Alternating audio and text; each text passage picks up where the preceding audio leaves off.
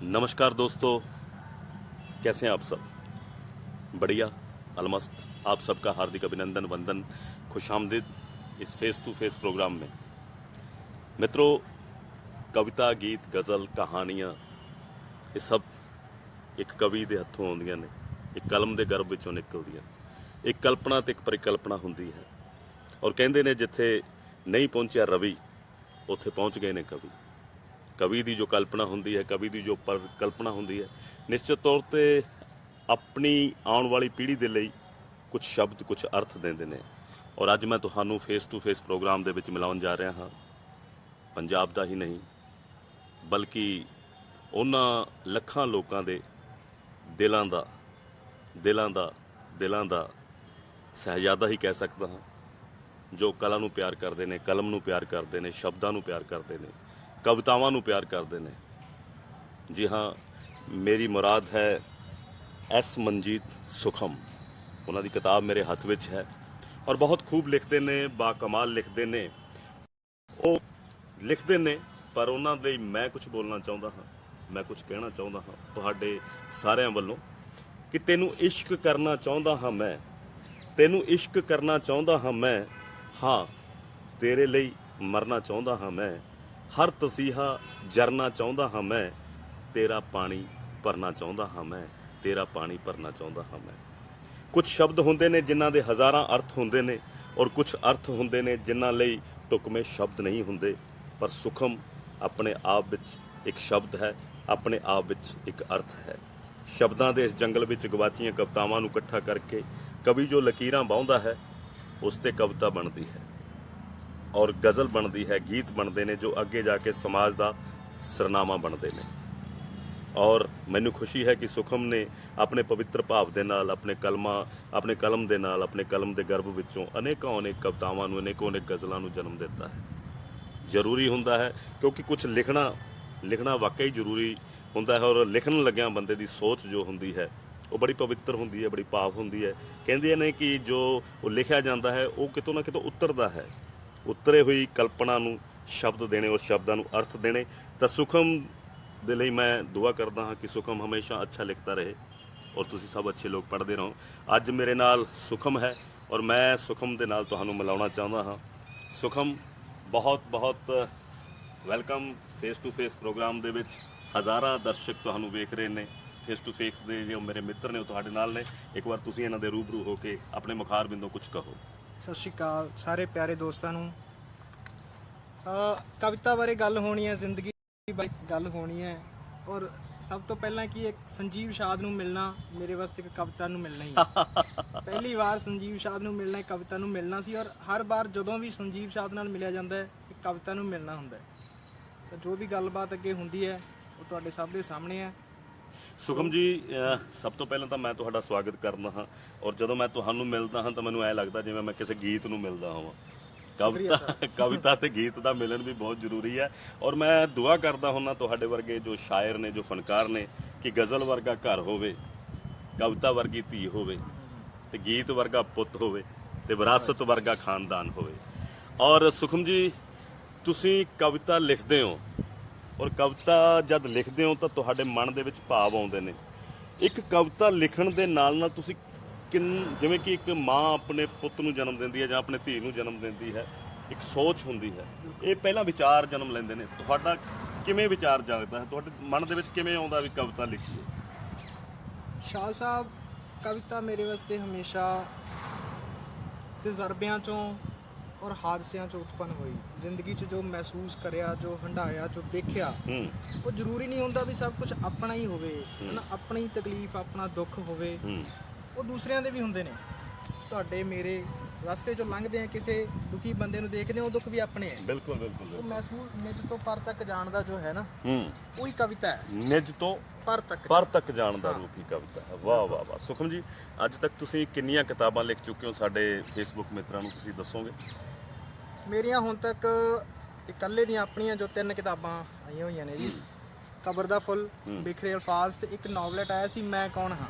बिल्कुल बिल्कुल। ਉਸ ਤੋਂ ਬਿਨਾ 2 ਕਿਤਾਬਾਂ ਜਿਹੜੀਆਂ ਸੀ ਉਹ ਕਾਫੀ ਸਾਰੇ ਸ਼ਾਇਰਾਂ ਨੂੰ, ਰਾਈਟਰਾਂ ਦੀਆਂ ਜੋ ਸਾਂਝੀਆਂ ਕਿਤਾਬਾਂ ਸੀ ਉਹਦੇ ਵਿੱਚ ਮੇਰੀਆਂ ਕਵਿਤਾਵਾਂ ਸੀ। ਉਸ ਤੋਂ ਬਿਨਾਂ ਕਾਫੀ ਸਾਰੇ ਅਖਬਾਰਾਂ ਦੇ ਵਿੱਚ, ਮੈਗਜ਼ੀਨ ਦੇ ਵਿੱਚ ਵੀ ਮੇਰੀਆਂ ਰਚਨਾਵਾਂ ਪਬਲਿਸ਼ ਹੁੰਦੀਆਂ ਰਹਿੰਦੀਆਂ ਟਾਈਮ ਤੇ। ਆਮ ਤੌਰ ਤੇ ਜਿਹੜੇ ਕਵੀ ਨੇ ਜਾਂ ਸ਼ਾਇਰ ਨੇ ਉਹ ਸ਼ਬਦਾਂ ਨੂੰ ਇਕੱਠੇ ਕਰਦੇ ਨੇ, ਪਰ ਤੁਸੀਂ ਕਿਤਾਬ ਦਾ ਨਾਂ ਵਿਖਰੇ ਅਲਫਾਜ਼ ਰੱਖਿਆ, ਇਹ ਕਿਉਂ? ਸ਼ਬਦਾਂ ਨੂੰ ਇਕੱਠੇ ਕਰਨਾ ਇੱਕ ਹੋਰ ਸੰਦਰਭ ਹੈ, ਇੱਕ ਹੋਰ ਤਰੀਕੇ ਨਾਲ ਆਪਾਂ ਦੇਖ ਸਕਦੇ ਹਾਂ ਸ਼ਬਦਾਂ ਨੂੰ ਇਕੱਠੇ ਕਰਨਾ। ਪਰ ਇੱਕ ਭਾਵਨਾਵਾਂ ਜੋ ਆਪਣੀ ਭਾਵਨਾ ਹੈ, ਆਪਣਾ ਜਜ਼ਬਾ ਹੈ, ਉਹਨਾਂ ਚੀਜ਼ਾਂ ਨੂੰ ਇਕੱਠੇ ਕਰਨਾ ਸ਼ਬਦਾਂ ਨੂੰ ਇਕੱਠੇ ਕਰਨ ਜਿੰਨਾ ਆਸਾਨ ਨਹੀਂ ਹੈ। ਬਿਲਕੁਲ। ਇਸੇ ਕਰਕੇ ਸਿਰਫ ਆਪਾਂ ਇਹ ਕਿਤਾਬ ਦੇ ਵਿੱਚ ਜਿਹੜੇ ਅੱਖਰ ਹੈ ਉਹ ਅਲਫਾਜ਼ਾਂ ਨੂੰ ਵਿਖਰੇ ਨਹੀਂ ਕਹਿ ਸਕਦੇ। ਇਹਦੇ ਵਿੱਚ ਮੇਰੇ ਵਿਚਾਰ, ਮੇਰੀ ਸੋਚ ਜਾਂ ਉਹ ਭਾਵਨਾਵਾਂ, ਉਹ ਸੁਪਨੇ, ਉਹ ਸਦਰਾਂ ਜੋ ਖਿੰਡੀਆਂ ਪਈਆਂ ਸੀ, ਉਹਨਾਂ ਸਾਰਿਆਂ ਨੂੰ ਇਕੱਠੇ ਕਰਨ ਦੀ ਕੋਸ਼ਿਸ਼ ਕੀਤੀ ਹੈ। ਪਰ ਫਿਰ ਵੀ ਕਦੇ ਵੀ ਕਿਸੇ ਸ਼ਾਇਰ ਨੂੰ, ਕਿਸੇ ਰਾਈਟਰ ਨੂੰ ਤੁਸੀਂ ਪੁੱਛੋਗੇ ਵੀ ਤੁਹਾਡੀ ਸਭ ਤੋਂ ਸੋਹਣੀ ਕਵਿਤਾ ਕਿਹੜੀ ਹੈ, ਬਿਲਕੁਲ ਬਿਲਕੁਲ, ਤਾਂ ਉਹ ਹਮੇਸ਼ਾ ਇਹ ਕਹੂਗਾ ਵੀ ਉਹ ਹਜੇ ਲਿਖਣੀ ਹੈ। ਹਾਂ, ਮਤਲਬ ਉਹਦੀ ਯਾਤਰਾ ਜਾਰੀ ਰਹੇਗੀ। ਉਹਦੀ ਯਾਤਰਾ ਜਾਰੀ ਰਹਿੰਦੀ ਹੈ। ਉਸੇ ਤਰੀਕੇ ਮੈਨੂੰ ਲੱਗਦਾ ਵੀ ਹਾਲੇ ਤੱਕ ਜੋ ਮੈਂ ਇਕੱਠਾ ਕਰਨਾ ਚਾਹੁੰਦਾ ਸੀ ਵਾਲੇ ਵਿਖਰਿਆ ਹੀ ਹੈ। ਅੱਛਾ, ਇਕੱਠਾ ਨਹੀਂ ਹੋ ਸਕਿਆ। ਇਸੇ ਕਰਕੇ ਇਸ ਕਿਤਾਬ ਦਾ ਨਾਮ ਵਿਖਰੇ ਅਲਫਾਜ਼। ਵਿਖਰੇ ਅਲਫਾਜ਼ ਰੱਖਿਆ। ਔਰ ਸੁਖਮ, ਇੱਕ ਸ਼ਾਇਰ ਦਾ ਮੂਡ ਹੁੰਦਾ ਹੈ, ਉਹ ਕ੍ਰਾਂਤੀਕਾਰੀ ਵੀ ਹੁੰਦਾ ਹੈ, ਉਹ ਇਸ਼ਕ ਦੀਆਂ ਗੱਲਾਂ ਵੀ ਲਿਖਦਾ ਹੈ, ਬਾਤਾਂ ਲਿਖਦਾ ਹੈ, ਉਹ ਦਰਦ ਵੀ ਲਿਖਦਾ ਹੈ, ਦੁਨਿਆਵੀ ਦਰਦ ਵੀ ਲਿਖਦਾ ਹੈ, ਬਹੁਤ ਸਾਰੇ ਰੰਗ ਲਿਖਦਾ ਹੈ। ਔਰ ਤੁਹਾਡਾ ਕੀ ਮੂਡ ਹੈ ਕਵਿਤਾ ਨੂੰ ਲੈ ਕੇ? ਮੈਂ ਇਹ ਪੁੱਛਣਾ ਚਾਹੁੰਦਾ ਕਿ ਤੁਸੀਂ ਕਿਸ ਰੰਗ ਦੀਆਂ ਕਵਿਤਾਵਾਂ ਤੁਹਾਨੂੰ ਚੰਗੀਆਂ ਲੱਗਦੀਆਂ ਕਿ ਮੈਂ ਇਦਾਂ ਲਿਖਾਂ, ਜਾਂ ਕੋਈ ਮਤਲਬ ਆਪਣੇ ਆਪ ਹੀ ਅੰਦਰੋਂ ਨਿਕਲਦਾ ਹੈ ਵੀ ਮੈਂ ਇਹ ਲਿਖਾਂ ਜਾਂ ਉਹ ਲਿਖਾਂ? ਇਹ ਮੇਰਾ ਖਿਆਲ ਤੈਅ ਨਹੀਂ ਹੁੰਦਾ ਵੀ ਮੈਂ ਕੀ ਲਿਖਾਂ। ਇਹ ਉਲਝਣ ਤੁਹਾਡੇ ਦਿਮਾਗ ਵਿੱਚ ਵੀ ਹੁੰਦੀ ਹੈ ਕਿ ਲਿਖ ਕੇ ਤੁਸੀਂ ਢਾਉਣੇ ਹੋ, ਕੱਟਦੇ ਹੋ, ਔਰ ਆਪਣੀ ਲਿਖੀ ਹੋਈ ਗੱਲ ਤੇ ਆਪ ਹੀ ਸੰਤੁਸ਼ਟ ਨਹੀਂ ਹੋ ਜਾਣਾ? ਬਿਲਕੁਲ। ਸ਼ਾਹ ਸਾਹਿਬ ਕਹਿੰਦੇ ਆ ਵੀ ਸਭ ਤੋਂ ਵੱਡਾ ਕਵੀ ਦਾ ਆਲੋਚਕ ਖੁਦ ਕਵੀ ਹੁੰਦਾ ਹੈ। ਆਪਣੇ ਆਲੋਚਕ ਅਸੀਂ ਆਪ ਹੁੰਨੇ ਆ, ਜੋ ਅਸੀਂ ਆਪਣੇ ਆਪ ਦੀ ਆਲੋਚਨਾ ਕਰ ਸਕਦੇ ਹਾਂ, ਕੋਈ ਹੋਰ ਨਹੀਂ ਕਰ ਸਕਦਾ, ਔਰ ਹੋਰ ਤਾਂ ਅਸੀਂ ਸਹਿ ਵੀ ਨਹੀਂ ਸਕਦੇ। ਜੋ ਤੁਸੀਂ ਆਪਣੇ ਆਪ ਨੂੰ ਕਹਿ ਸਕਦੇ ਹੋ ਨਾ, ਕੋਈ ਹੋਰ ਤੁਹਾਨੂੰ ਕਹੇ ਨਹੀਂ ਸਹਿ ਸਕਦਾ। ਦੂਸਰਾ ਕੀ ਹੈ, ਕਵਿਤਾ ਜੋ ਜ਼ਿੰਦਗੀ ਦਾ ਹਰ ਕੰਮ ਹੈ ਨਾ, ਉਹਦੇ ਵਿੱਚ ਆਪਾਂ ਕੱਟ ਕੇ ਨਹੀਂ ਕਰ ਸਕਦੇ, ਕਿਉਂਕਿ ਜ਼ਿੰਦਗੀ ਹੈ ਜਿਹੜੀ ਉਹ ਦੂਸਰਾ ਮੌਕਾ ਨਹੀਂ ਦਿੰਦੀ, ਉਹ ਸਭ ਹੁੰਦਾ ਚਲਾ ਜਾਂਦਾ ਹੈ। ਕਵਿਤਾ ਕੋਈ ਮੂਡ ਤੇ ਡਿਪੈਂਡ ਨਹੀਂ ਹੁੰਦੀ ਵੀ ਅੱਜ ਇਹ ਲਿਖਣਾ ਜਾਂ ਉਹ ਲਿਖਣਾ। ਇਹ ਹੈ ਤੁਹਾਡੇ ਭਾਵ। 10 ਸਾਲ ਪਹਿਲਾਂ ਦੀ ਕੋਈ ਘਟਨਾ ਤੁਹਾਡੇ ਦਿਮਾਗ 'ਚ ਘੁੰਮਦੀ ਹੈ, 10 ਸਾਲ ਬਾਅਦ ਜਾ ਕੇ ਕਵਿਤਾ ਬਣਦੀ ਹੈ। ਔਰ ਕਈ ਵਾਰ ਇਹੋ ਜਿਹਾ ਹੁੰਦਾ ਵੀ ਤੁਸੀਂ ਚੱਲਦੇ ਹੋ, ਤੁਸੀਂ ਦੇਖਦੇ ਹੋ, ਨਾਲ ਦੀ ਨਾਲ ਤੁਹਾਡੇ ਮਨ ਦੇ ਵਿੱਚ ਉਹ ਇੱਕ ਆਈਡੀਆ, ਉਹ ਵਿਚਾਰ ਬਣ ਜਾਂਦਾ ਹੈ, ਕਵਿਤਾ ਬਣ ਜਾਂਦੀ ਹੈ। ਔਰ ਕਈ ਵਾਰ ਇਹੋ ਜਿਹਾ ਵੀ ਹੁੰਦਾ ਵੀ ਇੱਕ ਲਾਈਨ ਲਿਖੀ ਜਾਂਦੀ ਹੈ ਔਰ ਉਹਨੂੰ ਬਹੁਤ ਵਾਰ ਕੋਸ਼ਿਸ਼ ਕਰੀਦੀ ਵੀ ਇਹਨੂੰ ਪੂਰਾ ਕਰਿਆ ਜਾਵੇ, ਇਹਨੂੰ ਕਵਿਤਾ ਬਣਾਈ ਜਾਵੇ, ਪਰ ਉਹ ਨਹੀਂ ਬਣਦੀ। ਬਿਲਕੁਲ। ਇਹ ਕਵਿਤਾ ਵੀ ਇੱਕ ਤਰੀਕੇ ਨਾਲ ਪਰਮਾਤਮਾ ਨਾਲ ਜੁੜਨ ਦਾ ਇੱਕ ਲੈ ਹੈ। ਜੇ ਤੁਹਾਡਾ ਜੁੜ ਜਾਂਦੇ ਹੋ ਤੁਸੀਂ ਪਰਮਾਤਮਾ ਨਾਲ, ਤਾਂ ਲਿਖੀ ਜਾਂਦੀ ਹੈ। ਨਹੀਂ, ਫਿਰ ਸਿਰਫ ਸ਼ਬਦ ਇਕੱਠੇ ਨਹੀਂ ਕੀਤੇ ਜਾ ਸਕਦੇ। ਸ਼ਬਦ ਇਕੱਠੇ ਕਰਨਾ ਕਵਿਤਾ ਨਹੀਂ ਹੈ। ਅੱਛਾ, ਸ਼ਬਦ ਇਕੱਠੇ ਕਰਨਾ ਕਵਿਤਾ ਨਹੀਂ ਹੈ। ਪਰ ਸੁਖਮ ਜੀ, ਬਹੁਤ ਖੂਬਸੂਰਤ 4 ਲਾਈਨਾਂ ਮੈਨੂੰ ਯਾਦ ਆਉਂਦੀਆਂ ਨੇ ਕਿ ਲਿਖੀ ਸੀ ਮੁਹੱਬਤ ਕਿਤਾਬਾਂ ਵਿੱਚ ਜੋ, ਜ਼ਿੰਦਗੀ 'ਚ ਕੰਮ ਆਈ ਤੇਰੇ ਨਾ ਮੇਰੇ, ਸਾਡੇ ਹਿੱਸੇ ਕੰਡੇ ਹੀ ਕਿਉਂ ਆਏ, ਖਿੜਨ ਨੂੰ ਖਿੜੇ ਸੀ ਫੁੱਲ ਵੀ ਬਥੇਰੇ। ਔਰ ਮੈਂ ਇਹ ਕਹਿਣਾ ਚਾਹੁੰਦਾ ਕਿ ਕਦੇ ਜਦੋਂ ਤੁਸੀਂ ਸਫ਼ਰ 'ਚ ਜਾ ਰਹੇ ਹੋ, ਜਾਂ ਬਾਈਕ ਚਲਾ ਰਹੇ ਹੋ, ਜਾਂ ਗੱਡੀ ਚਲਾ ਰਹੇ ਹੋ, ਜਾਂ ਬੱਸ ਦੇ ਵਿੱਚ ਯਾਤਰਾ ਕਰ ਰਹੇ ਹੋ, ਉੱਥੇ ਜੇਕਰ ਤੁਹਾਡੇ ਦਿਮਾਗ ਵਿੱਚ ਕੋਈ ਵਿਚਾਰ ਆ ਜਾਂਦਾ ਵੀ ਇਸ 'ਤੇ ਕਵਿਤਾ ਲਿਖਣੀ ਹੈ, ਉਸ ਵਿਚਾਰ ਨੂੰ ਤੁਸੀਂ ਆਪਣੇ, ਜਿੰਨਾ ਚਿਰ ਡਾਇਰੀ ਤੱਕ ਨਹੀਂ ਪਹੁੰਚਦੇ, ਜਿੰਨਾ ਚਿਰ ਪੈਨ ਜਾਂ ਕਲਮ ਤੱਕ ਨਹੀਂ ਪਹੁੰਚਦੇ, ਉਸ ਵਿਚਾਰ ਨੂੰ ਕਿਵੇਂ ਸੰਭਾਲ ਕੇ ਰੱਖਦੇ ਹੋ? ਕਿਤੇ ਉਹ ਵਿਚਾਰ ਜਿਹੜਾ ਜਨਮ ਲੈ ਚੁੱਕਿਆ ਹੁੰਦਾ ਹੈ, ਉਹ ਫਿਰ ਕਿਸੇ ਨਵੇਂ ਵਿਚਾਰ ਨੂੰ ਜਨਮ ਦਿੰਦਾ। ਜਿਹੜੇ ਵਿਚਾਰ ਤੇ ਤੁਸੀਂ ਕਵਿਤਾ ਲਿਖਣਾ ਚਾਹੁੰਦੇ ਹੋ, ਕਿ ਉਸ ਵਿਚਾਰ ਤੋਂ ਹਟ ਕੇ ਨਵੇਂ ਵਿਚਾਰ ਵੀ ਆਉਂਦੇ ਆ, ਜਾਂ ਉਸੇ ਤੇ ਹੀ ਤੁਹਾਡਾ ਦਿਮਾਗ ਅੜਿਆ ਰਹਿੰਦਾ ਵੀ ਨਹੀਂ ਐਸੇ ਵਿਚਾਰ ਤੇ ਲਿਖਣੀ? ਬਿਲਕੁਲ ਸ਼ਾਹ ਸਾਹਿਬ, ਕਿਸੇ ਵਿਚਾਰ ਨੂੰ, ਕਿਸੇ ਚੀਜ਼ ਨੂੰ ਸੰਭਾਲਣਾ, ਕਿਸੇ ਕਵਿਤਾ ਦੀ ਇੱਕ ਤੁਕ ਨੂੰ ਸੰਭਾਲਣਾ ਇੱਦਾਂ ਹੀ ਹੈ ਜਿੱਦਾਂ ਕੋਈ ਮਾਂ ਨਵਜੰਮੇ ਬੱਚੇ ਨੂੰ ਸੰਭਾਲਦੀ ਹੈ। ਇੱਦਾਂ ਹੀ ਹੁੰਦਾ ਹੈ। ਕਦੀ ਬੱਸ 'ਚ, ਬਾਈਕ ਤੇ ਮਨ 'ਚ ਕੁਝ ਆਈਡੀਆ ਆਉਂਦਾ, ਕੁਝ ਵਿਚਾਰ ਆਉਂਦਾ ਹੈ, ਕੁਝ ਸੋਚ ਆਉਂਦੀ ਹੈ, ਉਹਨੂੰ ਪਹਿਲਾਂ ਸਿਸਟਮ ਇਹ ਹੁੰਦਾ ਸੀਗਾ ਵੀ ਡਾਇਰੀ ਕੋਲੇ ਰੱਖੀ ਦੀ, ਉਹ ਤੇ ਲਿਖ ਲਈਦਾ ਸੀ। ਜ਼ਿਆਦਾਤਰ ਬੱਸਾਂ ਦੇ ਵਿੱਚ ਟਿਕਟਾਂ ਦੇ ਮਗਰ ਲਿਖ ਕੇ ਉਹਨੂੰ ਜੇਬਾਂ 'ਚ ਪਾਈ ਜਾਈਦਾ। ਹਾਂ, ਸ਼ਾਇਰ ਇਦਾਂ ਹੀ ਹੁੰਦੇ, ਰਕਸ਼ੇ ਤੇ ਜਾ ਰਹੇ ਹੁਣ ਤਾਂ ਉਹ ਕੰਧ ਤੇ ਕੋਲੇ ਨਾਲ ਲਿਖ ਦਿੰਦੇ ਆ। ਬਿਲਕੁਲ। ਤੇ ਹੁਣ ਇਹ ਹੁੰਦਾ ਵੀ ਫੋਨ ਹੈ ਕਿ ਰਿਕਾਰਡ ਕਰ ਲਈਦਾ ਜਾਂ ਉਹਨੂੰ ਟਾਈਪ ਕਰਕੇ ਆਪਣੇ ਕੋਲ ਰੱਖ ਲਈਦਾ। ਸੁਖਮ ਜੀ, ਇੱਕ ਹੋਰ ਕਿਤਾਬ ਹੈ ਮੇਰੇ ਕੋਲ ਤੁਹਾਡੀ, ਮੈਂ ਕੌਣ ਹਾਂ। ਹਾਂਜੀ। ਵੈਸੇ ਬੜਾ ਵੱਡਾ ਨਾਂ ਲਿਖਿਆ ਤੁਸੀਂ ਕਿ ਮੈਂ ਕੌਣ ਹਾਂ। ਕਿ ਤੁਹਾਨੂੰ ਪਤਾ ਲੱਗ ਚੁੱਕਾ ਕਿ ਤੁਸੀਂ ਕੌਣ ਹੋ? ਹਾਲੇ ਤੱਕ ਨਹੀਂ, ਹਾਲੇ ਤੱਕ ਮੈਂ ਵੀ ਇਸੇ ਸਫ਼ਰ 'ਚ ਹੀ ਹਾਂ। ਔਰ ਸ਼ਾਇਦ ਜਿਸ ਦਿਨ ਮੈਨੂੰ ਇਹ ਪਤਾ ਲੱਗੇਗਾ ਵੀ ਮੈਂ ਕੌਣ ਹਾਂ, ਮੈਨੂੰ ਇਹ ਪਤਾ ਲੱਗੇਗਾ, ਉਸ ਦਿਨ ਸ਼ਾਇਦ ਮੈਂ ਕਵਿਤਾ ਲਿਖਣੀ ਛੱਡ ਦੇਵਾਂਗਾ। ਕਿਉਂਕਿ ਕਵਿਤਾ ਵੀ ਇੱਕੋ ਸਫ਼ਰ ਦਾ ਇੱਕ ਪੰਧ ਹੈ, ਉਹ ਮੀਲ ਪੱਥਰ ਹੈ ਜਿਸ ਨੂੰ ਦੇਖ ਕੇ ਅਸੀਂ ਆਪਣੀ ਮੰਜ਼ਿਲ ਵੱਲ ਜਾ ਰਹੇ ਹਾਂ। ਜੀ। ਸ਼ਾਇਦ ਉਸ ਮੰਜ਼ਿਲ ਤੱਕ ਜਾਣਾ ਹਜੇ, ਜਿਸ ਦਿਨ ਇਹ ਸਵਾਲ ਦਾ ਜਵਾਬ ਮਿਲ ਗਿਆ ਵੀ ਮੈਂ ਕੌਣ ਹਾਂ, ਉਸ ਦਿਨ ਸ਼ਾਇਦ ਮੈਂ ਕਵਿਤਾ ਤੋਂ ਕੋਈ ਪਾਰ ਦੀ ਚੀਜ਼ ਹੋਵਾਂ। ਓ ਕੀ ਬਾਤ। ਪਰ ਇਹਦੇ ਪਹਿਲੇ ਪੇਜ ਦੇ ਉੱਤੇ ਤੁਸੀਂ ਬਹੁਤ ਵੱਡੀ ਗੱਲ ਲਿਖੀ ਹੈ, ਨੌਜਵਾਨ ਮਨਾਂ ਦੇ ਭਟਕਦੇ ਸਵਾਲ ਜਵਾਬ ਮੈਂ ਕੌਣ। ਇੱਕ ਸਾਡੀ ਯੁਵਾ ਪੀੜ੍ਹੀ ਹੈ, ਹੁਣ ਮੈਂ ਉੱਧਰ ਲੈ ਕੇ ਜਾਣਾ ਚਾਹੁੰਦਾ ਤੁਹਾਨੂੰ। ਯੁਵਾ ਪੀੜ੍ਹੀ ਹੈ, ਯੁਵਾ ਜੋ ਸਾਡੇ ਨੌਜਵਾਨ ਨੇ ਉਹ ਕਿਤਾਬਾਂ ਤੋਂ ਕਿਉਂ ਦੂਰ ਹੁੰਦੇ ਜਾ ਰਹੇ? ਕਿਉਂ ਨਹੀਂ ਉਹ ਕਿਤਾਬਾਂ ਪੜ੍ਹਦੇ ਜਿਸ ਤਰ੍ਹਾਂ ਦਾ ਤੁਸੀਂ ਲਿਖਦੇ ਹੋ? ਇਹ ਤੁਹਾਡੀਆਂ ਜੋ ਕਿਤਾਬਾਂ ਲਿਖੀਆਂ ਨੇ ਇਹ ਕਿੰਨੇ ਕੁ ਨੌਜਵਾਨਾਂ ਦੇ ਹੱਥ ਵਿੱਚ ਜਾਂਦੀਆਂ ਨੇ ਔਰ ਕਿੰਨਾ ਕੁ ਸਫ਼ਰ ਤੈਅ ਕਰਦੀਆਂ ਨੇ ਕਿਤਾਬਾਂ? ਅਸਲ ਦੇ ਵਿੱਚ ਸ਼ਾਹ ਸਾਹਿਬ ਜੋ ਇਹ ਕਿਤਾਬ ਮੈਂ ਕੌਣ ਹਾਂ, ਇਹ ਅਸਲ ਦੇ ਵਿੱਚ ਹੀ ਭਟਕਦੇ ਨੌਜਵਾਨਾਂ ਦੇ ਜੋ ਮਨਾਂ ਦੇ ਵਿੱਚ ਇੱਕ ਭਟਕਣਾ ਹੁੰਦੀ ਹੈ ਨਾ, ਉਹਨਾਂ ਦੇ ਸਵਾਲ ਹੈ, ਉਹਨਾਂ ਦੀ ਜਵਾਬ ਹੈ। ਇਸ ਦੇ ਵਿੱਚ ਇਹੀ ਹੈ ਵੀ ਅੱਜ ਕੱਲ੍ਹ ਸਮੇਂ ਦੇ ਨਾਲ ਕੁਝ ਇਹੋ ਜਿਹੇ ਰੀਤੀ ਰਿਵਾਜ ਹੈ ਜੋ ਛੱਡ ਦੇਣੇ ਚਾਹੀਦੇ ਹੈ। ਹੁਣ ਸਮੇਂ ਦੇ ਹਿਸਾਬ ਨਾਲ ਸਾਨੂੰ ਬਦਲਣਾ ਚਾਹੀਦਾ ਹੈ।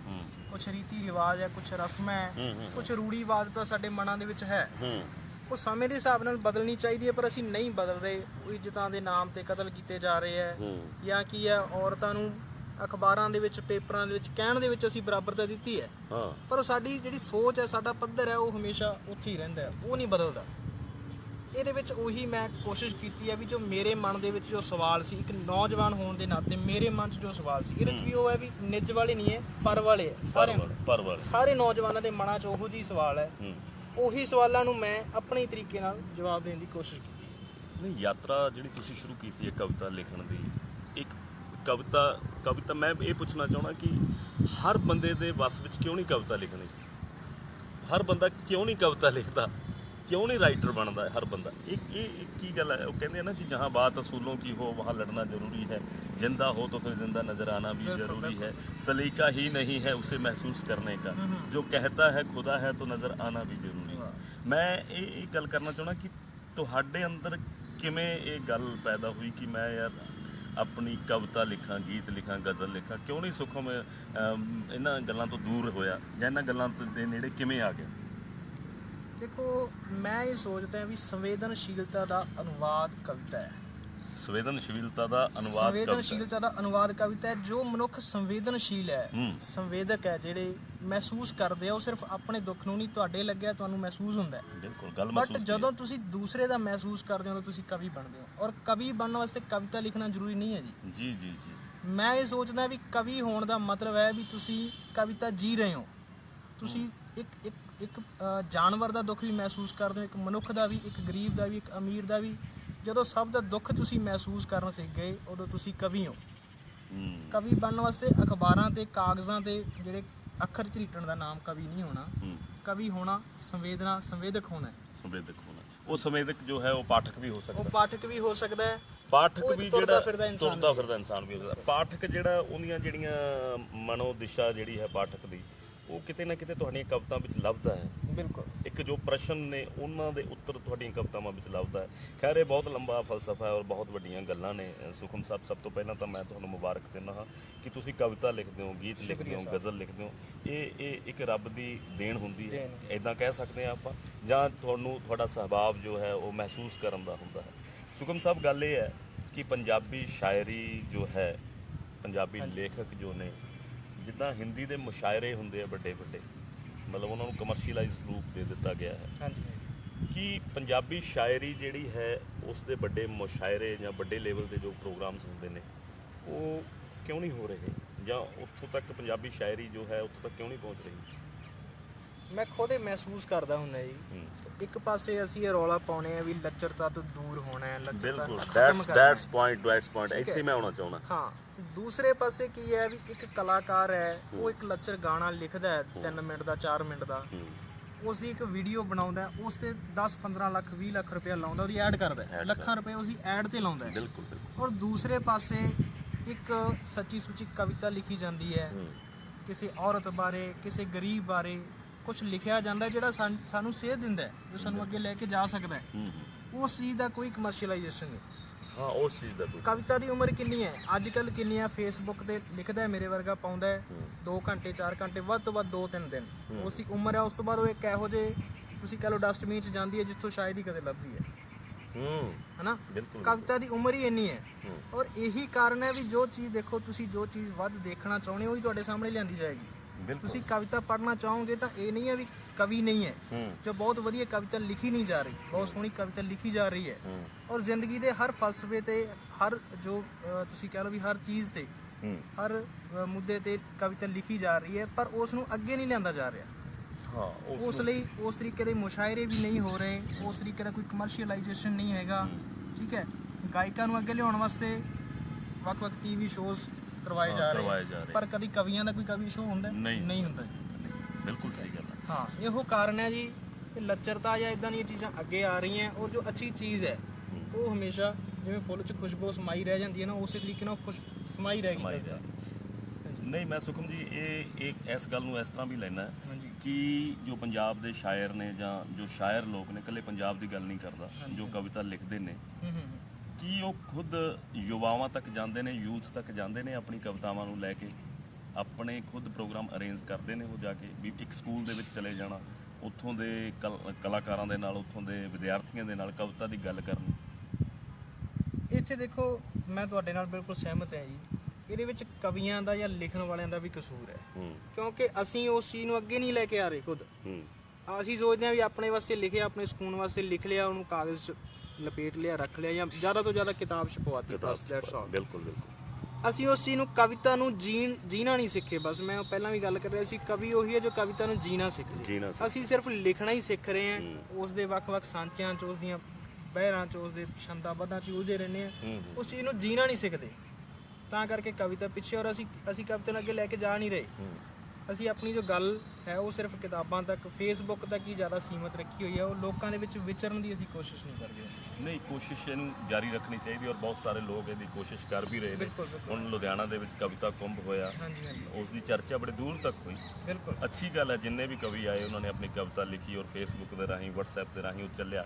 ਮੇਰੇ ਕਹਿਣ ਦਾ ਭਾਵ ਇਹ ਹੈ ਵੀ ਕੁਝ ਜਿਹੜੇ ਪ੍ਰੋਗਰਾਮਸ ਨੇ ਕਵੀਆਂ ਦੇ, ਉਹ ਸਕੂਲਾਂ ਦੇ ਵਿੱਚ ਜਾਂ ਯੂਨੀਵਰਸਿਟੀਆਂ ਦੇ ਵਿੱਚ ਤੈਅ ਹੋਣੇ ਚਾਹੀਦੇ, ਤਾਂ ਕਿ ਆਉਣ ਵਾਲੀ ਪੀੜ੍ਹੀ ਨੂੰ ਪਤਾ ਲੱਗੇ ਵੀ ਕਵਿਤਾ ਕੀ ਚੀਜ਼ ਹੁੰਦੀ ਹੈ, ਕਵਿਤਾ ਲਿਖੀ ਕਿਵੇਂ ਜਾਂਦੀ ਹੈ, ਬਹਿਰ ਕੀ ਹੁੰਦਾ, ਉਸ ਦੀ ਤੁਕਬੰਦੀ ਕੀ ਹੁੰਦੀ ਹੈ, ਉਸ ਦੀ ਸ਼ਾਇਰੀ ਦੇ ਵਿੱਚ ਅਰਥ ਕੀ ਹੁੰਦੇ, ਭਾਵ ਕੀ ਹੁੰਦੇ ਆ। ਸੁਖਮ ਸਾਹਿਬ, ਮੇਰੇ ਕੋਲੇ ਤੁਹਾਡੀ ਇੱਕ ਹੋਰ ਕਿਤਾਬ ਹੈ, ਤ੍ਰਿਵੇਣੀ। ਹਾਂਜੀ, ਇਹ ਪੰਜਾਬੀ ਸਾਹਿਤ ਸਭਾ ਜੀਰਾ ਵੱਲੋਂ ਲਿਖੀ ਗਈ ਹੈ। ਇਹਦੇ ਵਿੱਚ ਕਿਹੜੇ-ਕਿਹੜੇ ਸ਼ਾਇਰ ਨੇ? ਇਹਦੇ ਵਿੱਚ ਪੰਜਾਬੀ ਸਾਹਿਤ ਸਭਾ ਜੀਰਾ ਵੱਲੋਂ ਕਾਫੀ ਸਾਰੇ ਰਾਈਟਰਸ ਨੂੰ ਲੈ ਕੇ ਇਹ ਕਿਤਾਬ ਛਾਪੀ ਗਈ ਸੀ। ਇਹਦੇ ਵਿੱਚ 5-7 ਪੋਇਮਸ ਹੈ, ਕਾਫੀ ਸਾਰੇ ਰਾਈਟਰਸ ਦੀਆਂ। ਮੇਰੀਆਂ ਵੀ 5-7 ਪੋਇਮਸ ਇਹਦੇ ਵਿੱਚ ਪਬਲਿਸ਼ ਹੋਈਆਂ ਸੀ। ਇਹ ਜੀਰਾ ਵੱਲੋਂ ਛਾਪੀ ਗਈ ਸੀ। ਇਹਦੇ ਉੱਤੇ ਇੱਕ ਰੇਟ ਲਿਸਟ ਵੀ ਲਿਖੀ ਹੁੰਦੀ ਹੈ, ਰੇਟ ਲਿਖਿਆ ਹੁੰਦਾ ਕਿਤਾਬ ਦੇ ਉੱਤੇ। ਹਾਂਜੀ, ਉਹ 2 ਲਾਈਨਾਂ ਹੋਰ ਵੀ ਲਿਖੀਆਂ ਹੁੰਦੀਆਂ। ਮੈਨੂੰ ਕੋਈ ਕਿਤਾਬ ਲੋਕ ਦਿੰਦੇ ਨੇ, ਸਹਿ ਪ੍ਰੇਮ ਭੇਟ। ਬਿਲਕੁਲ। ਕੀ ਇਹ ਸਹਿ ਪ੍ਰੇਮ ਭੇਟ ਦੇਣ ਵਾਲੀ ਗੱਲ ਹੈ ਜਾਂ ਇਸ ਨੂੰ ਵੇਚਣ ਦੀ ਗੱਲ? ਸ਼ਾਹ ਸਾਹਿਬ, ਗੱਲ ਮੁੜ ਕੁੜ ਕੇ ਉੱਥੇ ਹੀ ਆ ਜਾਂਦੀ ਹੈ ਵੀ ਜਦੋਂ ਦੇਖੋ ਪਾਠਕ ਨਹੀਂ ਹੈ, ਜੇ ਪਾਠਕ ਹੈ ਤਾਂ ਉਹ ਪੈਸੇ ਲਾ ਕੇ ਪੜ੍ਹਨ ਵਾਲੇ ਨਹੀਂ ਹੈ, ਠੀਕ ਹੈ। ਔਰ ਕੁਝ ਕੀ ਹੈ ਵੀ ਅੱਜ ਕੱਲ੍ਹ ਧੜਾਧੜ ਛਪ ਰਿਹਾ ਹੈ ਸਾਹਿਤ, ਪੜ੍ਹਿਆ ਨਹੀਂ ਉਹਨਾਂ ਜਾ ਰਿਹਾ ਜਿੰਨਾ ਛਪ ਰਿਹਾ। ਪੜ੍ਹਨ ਵਾਲੇ ਬਹੁਤ ਘੱਟ ਹੈ, ਲਿਖਣ ਵਾਲੇ ਬਹੁਤ ਹੈ। ਇਸ ਕਰਕੇ ਹੁਣ ਮੇਰੇ ਵਰਗੇ ਜਿਹੜੇ ਕਵੀ ਆ ਉਹ ਕਿਤਾਬਾਂ ਛਪਵਾ ਲੈਂਦੇ ਆ, ਤੇ ਜਦੋਂ ਕਿਤਾਬ ਵਿਕਦੀ ਨਹੀਂ ਜਾਂ ਉਹਦੇ ਪਾਠਕ ਨਹੀਂ ਹੁੰਦੇ, ਉਹ ਫਿਰ ਸਹਿ ਪ੍ਰੇਮ ਭੇਟ ਹੀ ਹੁੰਦੀ। ਨਹੀਂ, ਪਰ ਮੈਂ ਸਾਰੇ ਦਰਸ਼ਕਾਂ ਨੂੰ ਬੇਨਤੀ ਕਰਾਂਗਾ ਕਿ ਜੋ ਕਵੀ ਲਿਖਦਾ ਹੈ, ਕਿਤਾਬ ਲਿਖਦਾ ਹੈ, ਕਿਤਾਬ ਛਪਵਾਉਂਦਾ ਹੈ, ਤਾਂ ਉਸ ਦੇ ਉੱਤੇ ਇੱਕ ਕੀਮਤ ਵੀ ਲਿਖੀ ਹੁੰਦੀ ਹੈ। ਦੋਸਤੋ, ਪਲੀਜ਼ ਉਸ ਕੀਮਤ ਨੂੰ ਅਦਾ ਕਰੋ, ਤਾਂ ਕਿ ਉਸ ਕੀਮਤ ਦੇ ਨਾਲ ਤੁਹਾਨੂੰ ਕਿਤਾਬ ਮਿਲੇ। ਤੁਸੀਂ ਕਿਤਾਬ ਦੀ ਕੀਮਤ ਨੂੰ ਜਾਣੋ। ਉਹ ਸਿਰਫ ਕੀਮਤ ਕਿਤਾਬ ਦੀ ਨਹੀਂ ਹੁੰਦੀ, ਉਹ ਭਾਵਨਾ ਦੀ ਕੀਮਤ ਹੁੰਦੀ ਹੈ, ਔਰ ਭਾਵਨਾ ਦੀ ਕੋਈ ਕੀਮਤ ਨਹੀਂ ਹੁੰਦੀ। ਜੇਕਰ ਤੁਸੀਂ ਉਸ ਦੇ ਰੇਟ ਨੂੰ ਦੇਖ ਕੇ ਕਿਸੇ ਬੁੱਕ ਸਟਾਲ ਤੋਂ ਖਰੀਦੋਗੇ ਤਾਂ ਅੱਛੀ ਗੱਲ ਹੈ। ਔਰ ਮੈਂ ਬੇਨਤੀ ਕਰਨਾ ਚਾਹਾਂਗਾ ਸਾਰੇ ਫੇਸਬੁੱਕ ਦੇ ਮਿੱਤਰਾਂ ਨੂੰ ਕਿ ਆਪਣੇ ਜਨਮ ਦਿਨ ਦੇ ਉੱਤੇ ਜਾਂ ਜਿੱਥੇ ਤੁਸੀਂ ਇਕੱਠੇ ਹੁੰਦੇ ਹੋ ਜਾਂ ਕਿਸੇ ਦੋਸਤ ਨੂੰ ਤੁਸੀਂ ਗਿਫਟ ਦਿੰਦੇ ਹੋ, ਤਾਂ ਕਿਸੇ ਸ਼ਾਇਰ ਦੀ ਕਿਤਾਬ ਦਿਓ, ਤਾਂ ਕਿ ਕਿਤਾਬ ਦੇ ਵਿਚਾਰ ਸਫ਼ਰ ਕਰਨ। ਔਰ ਜਦ ਵਿਚਾਰ ਸਫ਼ਰ ਕਰਦੇ ਨੇ ਤਾਂ ਫਿਰ ਵਿਚਾਰਾਂ ਦੇ ਵਿੱਚੋਂ ਨਵੇਂ ਵਿਚਾਰ ਪੈਦਾ ਹੁੰਦੇ ਨੇ। ਤਾਂ ਇਹ ਬਹੁਤ ਵੱਡੀ ਗੱਲ ਹੈ। ਤਾਂ ਪਲੀਜ਼ ਅੱਜ ਆਪਾਂ ਸੰਕਲਪ ਇਸ ਗੱਲ ਦਾ ਵੀ ਲਵਾਂਗੇ ਕਿ ਅੱਜ ਤੋਂ ਬਾਅਦ ਸਹਿ ਪ੍ਰੇਮ ਭੇਂਟ ਵਾਲੀ ਕਿਤਾਬ ਨਾ ਲੈ ਕੇ, ਬਲਕਿ ਜੋ ਕੀਮਤ ਹੈ ਉਸ ਦੀ ਕੀਮਤ ਅਦਾ ਕਰਕੇ ਬੜੇ ਪਿਆਰ ਸਤਿਕਾਰ ਦੇ ਨਾਲ ਉਹਨੂੰ ਖਰੀਦਾਂਗੇ ਔਰ ਦੋਸਤਾਂ ਨੂੰ ਭੇਟ ਵੀ ਕਰਾਂਗੇ। ਔਰ ਸੁਖਮ ਸਾਹਿਬ, ਬਹੁਤ ਵਧੀਆ ਗੱਲ ਹੈ, ਸਾਡੇ ਦਰਸ਼ਕਾਂ ਨੂੰ ਕੋਈ ਕਵਿਤਾ ਵਧੀਆ ਸੁਣਾ ਦਿਓ। ਹਾਂਜੀ, ਬਿਲਕੁਲ। ਇੱਕ ਕਵਿਤਾ ਪਿਆਰ ਨਾਲ ਮੁਹੱਬਤ ਨਾਲ ਸੰਬੰਧ। ਕੀ ਬਾਤ ਹੈ! ਕਵਿਤਾ ਪਿਆਰ, ਮੁਹੱਬਤ ਤੇ ਸੰਬੰਧ। ਕੀ ਬਾਤ ਹੈ! ਮੈਂ ਇਹੀ ਸੋਚਦਾ ਸਾਹਿਬ ਵੀ ਮੁਹੱਬਤ ਕੀ ਹੈ? ਮੁਹੱਬਤ ਤਾਂ ਇੱਕ ਜ਼ਰਰੇ 'ਚ ਇੱਕ ਘਾਹ ਦੇ ਤਿਨਕੇ ਹਨ, ਇਹਨਾਂ ਨੂੰ ਵੀ ਦੇਖਣਾ ਹੀ ਮੁਹੱਬਤ ਹੈ। ਹਾਂ, ਮਹਿਸੂਸ ਠੀਕ ਹੈ, ਕਰਨ ਦੀ ਗੱਲ। ਮਹਿਸੂਸ ਕਰਨਾ ਹੀ ਮੁਹੱਬਤ ਹੈ। ਹੂੰ ਤਾਂ ਉਦਾਂ ਦੀ ਕਵਿਤਾ ਹੈ ਕਿ ਤੂੰਬਾ ਤੂੰਬਾ ਚਾਨਣ ਤੇਰੇ ਕਾਲੇ ਕੇਸਾਂ 'ਚੋਂ ਝਰਦਾ ਹੂੰ ਭੋਏ ਤੇ ਪੈਂਦਾ। ਹੋਏ ਤੇ ਪੈਂਦਾ। ਤੂੰਬਾ ਤੂੰਬਾ ਚਾਨਣ ਤੇਰੇ ਕਾਲੇ ਕੇਸਾਂ 'ਚੋਂ ਝਰਦਾ ਭੋਏ ਤੇ ਪੈਂਦਾ, ਚਮਕਣ ਲੱਗਦੀ ਗੁਲਾਬੀ ਮਿੱਟੀ। ਕੀ ਬਾਤ ਹੈ। ਤੇਰੇ ਬੁੰਦਿਆਂ ਦੀਆਂ ਡੋਰਾਂ 'ਚ ਗਾਉਂਦੇ ਤਿਲੀਅਨ ਤੋਤੇ, ਹੂੰ ਤੇਰੇ ਬੁੰਦਿਆਂ ਦੀਆਂ ਡੋਰਾਂ 'ਚ ਗਾਉਂਦੇ ਤਿਲੀਅਨ ਤੋਤੇ, ਮੇਰੇ ਪੋਟਿਆਂ ਤੇ ਉਕਰਨ ਤੇਰੀ ਮੁਸਕਾਨ ਦਾ ਰਹੱਸ। ਸਫ਼ਰ ਹੂੰ ਸਫ਼ਰ ਮੇਰੇ ਮੱਥੇ 'ਚ ਛਪੀ ਤੇਰੀ ਤਲਾਸ਼ ਦੀ ਲਕੀਰ। ਹੂੰ ਸਫ਼ਰ ਮੇਰੇ ਮੱਥੇ 'ਚ ਛਪੀ ਤੇਰੀ ਤਲਾਸ਼ ਦੀ ਲਕੀਰ, ਤੇ ਟਿੱਬਿਆਂ 'ਚੋਂ ਮਿਟਦੀ ਮੇਰੀ ਹਰ ਪੈੜ, ਤੇਰੀ ਸ਼ੋਹ ਦੀ ਦਹਲੀਜ਼ ਤੇ ਪੁਸ਼ਪ ਅਰਚਨ। ਹੂੰ ਜਾਂਦੇ ਆਉਂਦੇ ਰਾਹ ਛਮ ਛਮ ਨੱਚਦੀ ਧੂੜ, ਜਾਂਦੇ ਆਉਂਦੇ ਰਾਹ ਤੇਰੀ ਛਮ ਛਮ ਛਮ ਛਮ ਨੱਚਦੀ ਧੂੜ, ਹੂੰ। ਟੁਣਕ ਟੁਣਕ ਟੁਰਦੀ ਪੱਬਾਂ ਭਾਰ ਚਾਨਣੀ। ਹੂੰ ਕਿੰਨੇ ਰੰਗ ਓ ਕਿੰਨੇ ਰੰਗ ਹੂੰ। ਸਿਰਜ ਛੱਡਦੇ ਬਿਨਾ ਬ੍ਰਸ਼ ਬਿਨਾ ਕੈਨਵਸ ਤੇਰੀ ਤਸਵੀਰ। ਕੀ ਬਾਤ ਹੈ। ਕਿੰਨੇ ਰੰਗ ਸਿਰਜ ਛੱਡਦੇ ਬਿਨਾ ਬ੍ਰਸ਼ ਬਿਨਾ ਕੈਨਵਸ ਤੇਰੀ ਤਸਵੀਰ, ਕਿ ਮੇਰੇ ਹੋਠਾਂ ਤੇ ਲਿਪਟੇ ਤੇਰੀਆਂ ਝਿਮਣਾ ਦੇ ਗੀਤ। ਹੂੰ ਮੇਰੀ ਫਕੀਰੀ ਨੇ ਪਹਿਨੇ ਤੇਰੇ ਜ਼ਿਕਰਾਂ ਦੇ ਸ਼ਲੋਕ, ਮੇਰੀ ਫਕੀਰੀ ਨੇ ਪਹਿਨੇ ਤੇਰੇ ਜ਼ਿਕਰਾਂ ਦੇ ਸ਼ਲੋਕ। ਕਿ ਮੇਰੇ ਹੋਠਾਂ ਤੇ ਲਿਪਟੇ ਤੇਰੀਆਂ ਝਿਮਣਾ ਦੇ ਗੀਤ, ਮੇਰੀ ਫਕੀਰੀ ਨੇ ਪਹਿਨੇ ਤੇਰੇ ਜ਼ਿਕਰਾਂ ਦੇ ਸ਼ਲੋਕ। ਮੈਂ ਤੈਨੂੰ ਦੇਵਾਂ ਤਾਂ ਕੀ ਮੁਹੱਬਤ ਦੇ ਸਿਵਾ। ਓ ਕੀ ਬਾਤ ਹੈ। ਮੁਹੱਬਤ ਦੇ ਸਿਵਾ ਹਾਂਜੀ, ਕਿਸੇ ਨੂੰ ਕੀ ਦਿੱਤਾ ਜਾ ਸਕਦਾ ਹੈ। ਕਹਿੰਦਾ ਲਿਸ਼ਕ ਪੁਸ਼ਕ ਨਾ ਵੇਖ ਭਰਾਵਾ, ਵੇਖ ਨਾ ਸੁੰਦਰ ਮੁਖੜੇ, ਹਰ ਮੁਖੜੇ ਵਿੱਚ ਦਿਲ ਹੈ ਵਸਦਾ, ਤੇ ਹਰ ਦਿਲ ਅੰਦਰ ਦੁੱਖ ਖੜੇ ਕਹਿੰਦੇ ਨੇ ਕਿ ਮੁਹੱਬਤ 'ਚ ਸੱਟ ਲੱਗੀ ਤੇ ਮੈਂ ਕਵੀ ਹੋ ਗਿਆ।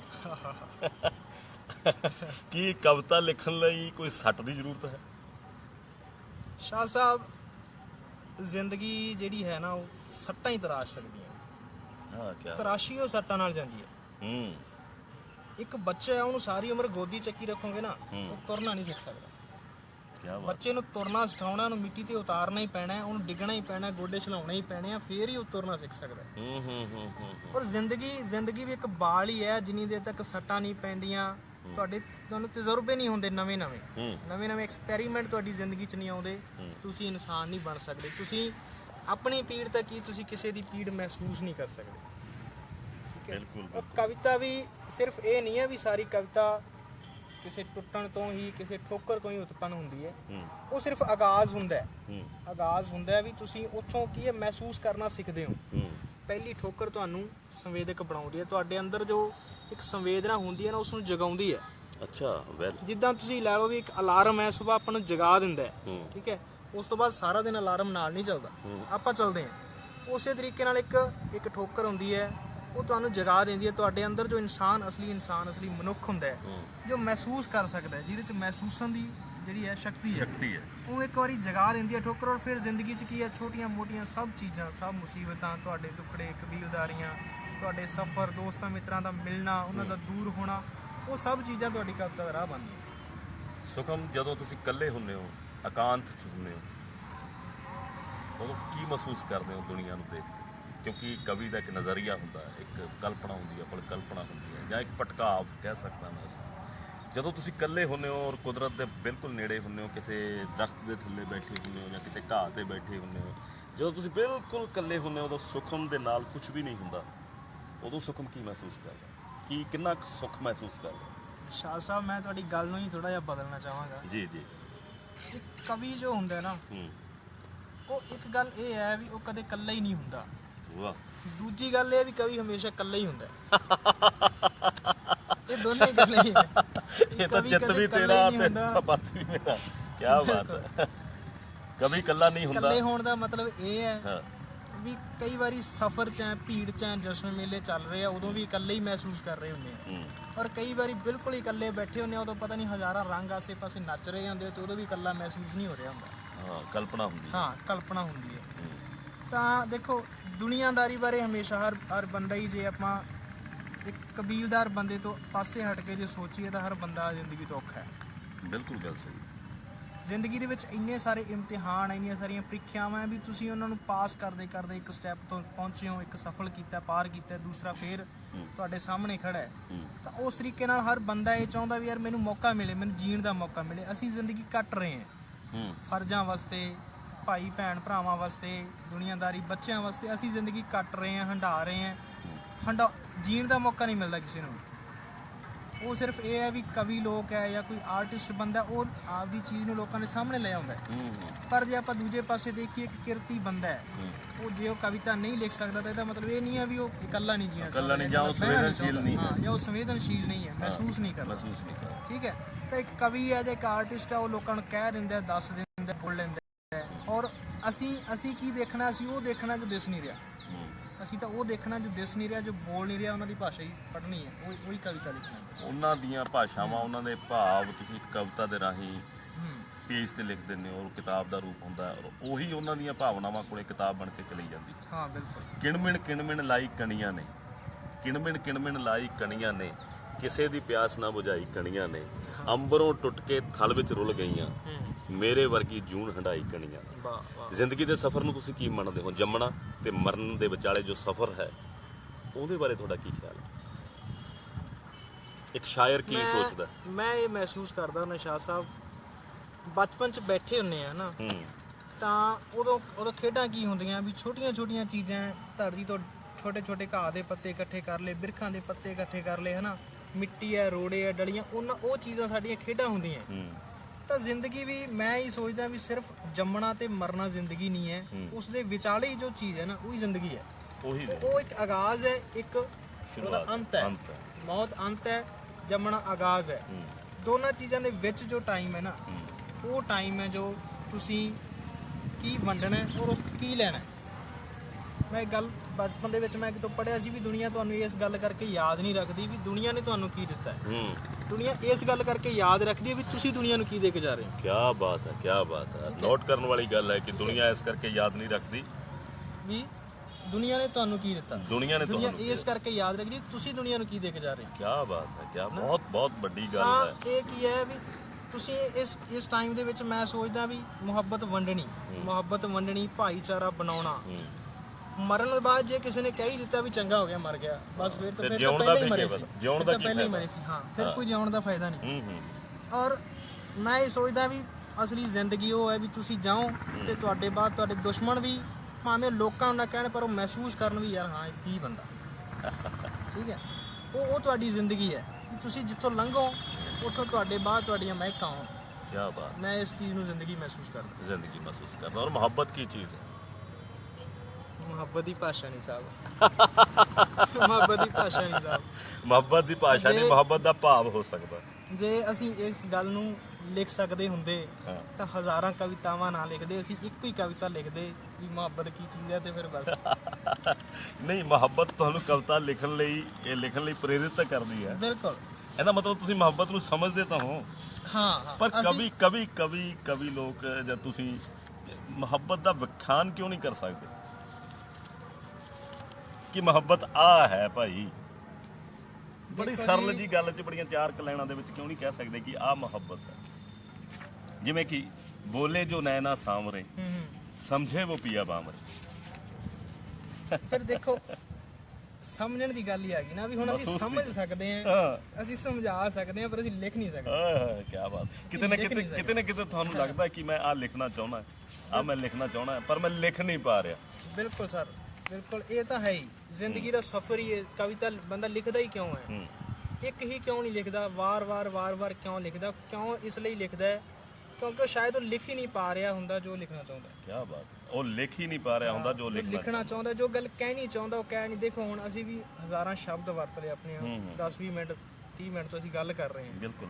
ਸ਼ਾਇਦ ਮੈਨੂੰ ਲੱਗ ਰਿਹਾ ਵੀ ਜੋ ਗੱਲ ਮੈਂ ਕਹਿ ਨਹੀਂ ਚਾਹੁੰਦਾ ਮੈਂ ਨਹੀਂ ਕਹਿ ਸਕਿਆ। ਨਹੀਂ, ਤੁਸੀਂ ਠੀਕ ਹੈ, ਤੁਸੀਂ ਕਹਿ ਨਹੀਂ ਸਕਦੇ। ਕੁਝ ਗੱਲਾਂ ਨੂੰ ਅਸੀਂ ਸ਼ਬਦ ਨਹੀਂ ਦੇ ਸਕਦੇ ਔਰ ਕੁਝ ਅਰਥਾਂ ਦੇ ਕੁਝ ਨਵੇਂ ਭਾਵ ਨਿਕਲ ਆਉਂਦੇ ਨੇ। ਪਰ ਸੁਖਮ, ਤੁਸੀਂ ਜੋ ਲਿਖ ਰਹੇ ਹੋ, ਜੋ ਤੁਸੀਂ ਆਪਣੀ ਕਲਮ ਦੇ ਨਾਲ ਕਵਿਤਾਵਾਂ ਲਿਖ ਰਹੇ ਹੋ, ਕਾਗਜ਼ਾਂ ਦੇ ਉੱਤੇ ਲਿਖ ਰਹੇ ਹੋ, ਔਰ ਬਹੁਤ ਵਧੀਆ। ਔਰ ਮੈਂ ਦੇਖ ਰਿਹਾ ਕਿ ਮੁਹੱਬਤ ਧੂੜ ਮਿੱਟੀਆਂ ਦਾ ਸਾਜ਼, ਇਹ ਸਾਡੇ ਦਰਸ਼ਕਾਂ ਨੂੰ ਤੁਸੀਂ ਜ਼ਰੂਰ ਸੁਣਾਓ। ਮੈਂ ਚਾਹਾਂਗਾ ਕਿ ਕੈਮਰਾ ਥੋੜਾ ਜਿਹਾ ਕਲੋਜ਼ ਤਾਂ ਕਿ ਸਿੱਧੀ ਜਿਹੀ ਗੱਲਬਾਤ ਲੋਕਾਂ ਤੱਕ ਪਹੁੰਚੇ। ਮੁਹੱਬਤ ਬਾਰੇ ਗੱਲ ਹੋ ਰਹੀ ਹੈ ਜੀ, ਤਾਂ ਮੁਹੱਬਤ ਇੱਕ ਕਵਿਤਾ ਕਿ ਮੁਹੱਬਤ ਹੈ ਕੀ, ਉਹ ਮੈਂ ਕਹਿਣਾ ਚਾਹੁੰਦਾ ਕਿ ਮੁਹੱਬਤ ਧੂੜ ਮਿੱਟੀਆਂ ਦਾ ਸਾਜ਼ ਹੈ।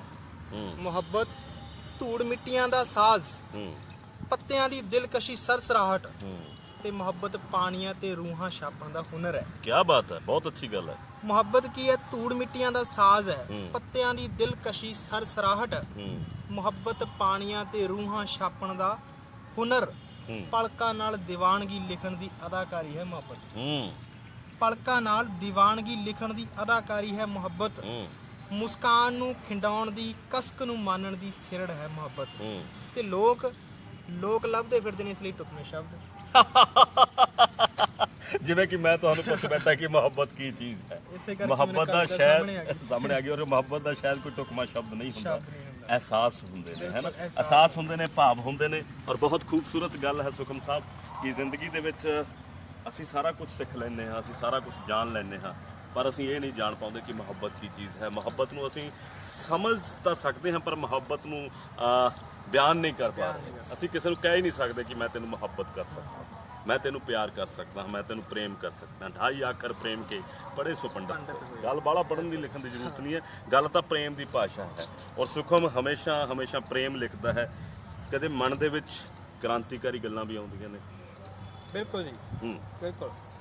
ਅੱਜ ਦੇ ਸਮੇਂ ਦੇ ਵਿੱਚ ਤਾਂ ਇਹ ਬਹੁਤ ਜ਼ਰੂਰੀ ਹੋ ਗਿਆ ਹੈ ਵੀ, ਕਿਉਂਕਿ ਦੇਖੋ ਕਵਿਤਾ ਮੈਂ ਪਹਿਲਾਂ ਵੀ ਕਰ ਚੁੱਕਿਆ ਵੀ ਸਿਰਫ ਨਿੱਜ ਦੀ ਕਵਿਤਾ ਨਹੀਂ ਹੁੰਦੀ, ਨਿੱਜ ਕਵਿਤਾ ਨਹੀਂ ਹੁੰਦਾ, ਪਰ ਵੀ ਕਵਿਤਾ ਹੁੰਦੀ ਹੈ। ਸਿਰਫ ਜੋ ਮੈਂ ਮਹਿਸੂਸ ਨਹੀਂ ਕਰਦਾ ਦੂਸਰੇ ਕਰ ਰਹੇ ਤਾਂ ਉਹ ਮੈਨੂੰ ਕਰਨਾ ਚਾਹੀਦਾ। ਮੈਂ ਫੇਰ ਹੀ ਕਵੀ ਹਾਂ, ਮੈਂ ਫੇਰ ਹੀ ਕਵਿਤਾ ਲਿਖਣਾ ਮੇਰਾ ਇੱਕ ਸਮਾਜ ਦੇ ਪ੍ਰਤੀ ਕਵੀ ਦਾ ਦਾਇਤਵ ਵੀ ਹੈ ਬਿਲਕੁਲ। ਕਿ ਸਮਾਜ ਨੂੰ ਵੀ ਸਹੀ ਦਿਸ਼ਾ ਦਿੱਤੀ ਜਾਵੇ, ਸਮਾਜ ਪ੍ਰਤੀ, ਲੋਕਾਂ ਪ੍ਰਤੀ ਔਰ ਆਪਣੇ ਨਾਲ ਜੁੜੇ ਹੋਏ ਲੋਕਾਂ ਪ੍ਰਤੀ ਹਾਂ ਆਪਣਾ ਫਰਜ਼ ਬਣਦਾ ਵੀ ਅਸੀਂ ਹਰ ਤਰੀਕੇ ਨਾਲ ਉਹਨਾਂ ਦੇ ਸਹਾਈ ਹੋਣ ਦੀ ਕੋਸ਼ਿਸ਼ ਕਰੀਏ। ਤਾਂ ਬਿਲਕੁਲ ਕ੍ਰਾਂਤੀਕਾਰੀ ਸੋਚ ਵੀ ਆਉਂਦੀ ਹੈ ਮਨ ਦੇ ਵਿੱਚ, ਜੋ ਗੁੱਸਾ ਹੁੰਦਾ ਹੈ, ਮਨ ਦੇ ਵਿੱਚ ਆਕਰੋਸ਼ ਹੁੰਦਾ ਹੈ। ਹਾਂ ਤਾਂ ਦੇਖੋ ਮੈਂ ਸੋਚਦਾ ਵੀ ਤਲਵਾਰ ਨਾਲੋਂ ਵੀ ਜ਼ਿਆਦਾ ਜੋ ਤਾਕਤਵਰ ਕਲਮ ਹੈ। ਕਲਮ ਹੈ, ਬਿਲਕੁਲ ਬਿਲਕੁਲ ਠੀਕ ਹੈ। ਬਿਲਕੁਲ। ਤਾਂ ਸਾਡੇ ਕੋਲੇ ਕਲਮ ਹੈ, ਸਾਡੇ ਕੋਲੇ ਅਸੀਂ ਤਲਵਾਰਾਂ ਨਹੀਂ ਚੁੱਕਦੇ, ਤਾਂ ਇਹਦਾ ਮਤਲਬ ਇਹ ਨਹੀਂ ਹੈ ਵੀ ਅਸੀਂ ਕਮਜ਼ੋਰ ਹਾਂ ਜਾਂ ਅਸੀਂ ਕ੍ਰਾਂਤੀਕਾਰੀ ਨਹੀਂ ਹਾਂ। ਸੁਖਮ ਮੈਂ ਇੱਕ ਵਿੱਚ ਵਿਚਾਲੇ ਰੋਕਦਾ ਹਾਂ ਕਿ ਮੈਂ ਕਦੇ ਕੁਝ ਲਿਖਿਆ ਸੀ कि ले मैंने अपनी कलम को छोड़ दिया है। हाँ जी, मैंने अपनी कलम को छोड़ दिया है और तू भी फेंक दे अपना हथियार। हाँ, सुनने वाली गल है और बहुत खूबसूरत गल है। मैं थोड़ी इस गल नूं कंटिन्यू करना कि मैंने अपनी कलम को छोड़ दिया है, तू भी छोड़ दे अपना हथियार, लेकिन दुनिया इसे समझौता ही कहेगी। हाँ, दुनिया इसे समझौता ही कहेगी। मैंने उठा ली है अपनी कलम तेरे खिलाफ और तू भी अपना उठा ले हथियार, है ना। हो सकता है इस कलम और हथियार की लड़ाई में मैं मर जाऊं, लेकिन तुम मेरी श्रद्धांजलि सभा में आकर मुझे अच्छा ना कहना, मुझे अच्छा ना कहना। मैं जैसा हूं मुझे बता देना, क्योंकि कवि जो है बिल्कुल स्पष्टवादता होती है। ਤੁਹਾਡੀ ਕਵਿਤਾ ਦੇ ਵਿੱਚ ਸਪਸ਼ਟਵਾਦਤਾ ਕਿੰਨੀ ਕੁ ਕੀ ਸਮਝੌਤਾ ਕਰਦੇ ਹੋ ਤੁਸੀਂ ਲਿਖਣ ਲੱਗਿਆ ਵੀ ਨਹੀਂ ਜੇ ਮੈਂ ਲਿਖਤਾ ਤਾਂ ਇਹਦਾ ਆ ਅਰਥ ਹੋ ਜਾਏਗਾ, ਆ ਅਨਰਥ ਹੋ ਜਾਏਗਾ?